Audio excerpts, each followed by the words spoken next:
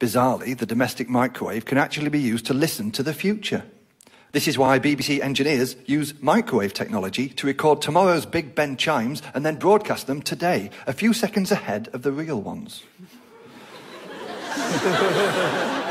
So, standing at the bottom of Big Ben with a radio tuned to Radio 4, it's possible to hear the chimes on the radio before you hear them for real. John? Yes, that.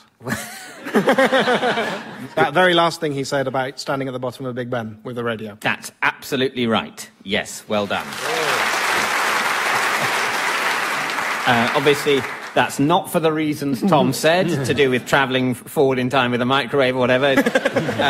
But the reason why, if you listen to Big Ben on the radio at the bottom of Big Ben, you'll hear the bongs on the radio before you hear the bongs from the bell, is because radio waves travel at the speed of light, whereas sound travels at the speed of sound. So the radio waves with the simultaneous transmission of the broadcast will reach your ear before the actual sound coming from the actual bell. Incredible. Does that make any sense? Yeah. So the bongs that they're broadcasting are not the bongs that are happening. No, they are the bongs that are happening. They are the bongs that are happening, but even they can be recorded and broadcast to you more quickly than you can actually hear them if you're standing next to the bell. Yeah, because, right? You're not saying... I'm not saying I necessarily believe this. I'm going to need a painkiller in a minute. Nevertheless...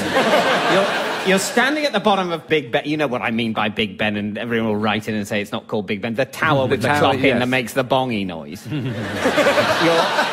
You're standing at the bottom of it. The actual bell that's really called Big Ben, yawn, is at the top, making the bongy noise. Yeah. Now, the bongy noise is travelling at the speed of sound. Right, yes. It only has to travel a very short distance at the speed of sound to get into the BBC microphone, and thereafter it travels at the speed of light. So they've got a microphone up there, is it? Yeah, they record them and broadcast them live every day. They've got a microphone in the tower? It's ridiculous, isn't it? They should have recorded them once. Is there a little man They're moving up everyone there? to Salford, and they're recording the bongs live every day. Yeah, you can't hear the bongs in Salford, can you? What are they going to do? And this is the BBC broadcasting from Manchester. Yeah. And then silence. We think it's about 6, we don't know.